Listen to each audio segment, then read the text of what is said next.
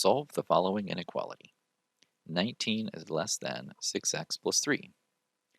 Enter your answer in interval notation. So in this situation, whenever we're solving an inequality, it's much the same as solving an equation. The only things that I do differently is when it comes to solving an equation, it really doesn't matter if your variable ends up on the left-hand side of the equation or the right-hand side of the equation. But with an inequality, you want to make sure you get your variable on the left-hand side, because otherwise you have to read the opposite symbol that you see, which is very confusing. So what I'll do here is just start off, I think, by subtracting 19 from both sides. Just get these constants combined. All right, so then we would have 0 is less than 6x, and 3 minus 19 is negative 16. Now the next thing I'm going to do is take the term with the variable to the other side of the equation just by subtracting it over. Now subtraction doesn't reverse the sign of the inequality.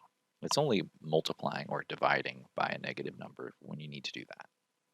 So I now have negative 6x is less than negative 16. Now to get x by itself, which is our goal, the next thing I'm going to do is divide both sides by negative 6, because that will cancel out this coefficient. But since we are dividing by a negative, I need to remember to flip the inequality symbol around. So I have x is greater than, and then the negative 16 over negative 6. That's going to result in a positive value because negative divided by negative. But then the reduced fraction, let's see, 2 goes into each of those, so it looks like it would be 8/3. Now, to express this in interval notation, it's fine if you can go right to the interval notation from the set builder notation, but if you need to draw a graph, that's okay as well. So just put the value that's in question somewhere on the number line, and it's simply values that are greater than that, so I need an open circle at the value, and because it's greater than, it's all the values to the right of the value itself.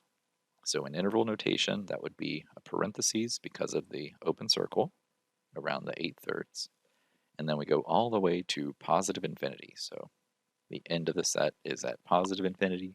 And remember, we always put parentheses around the infinity.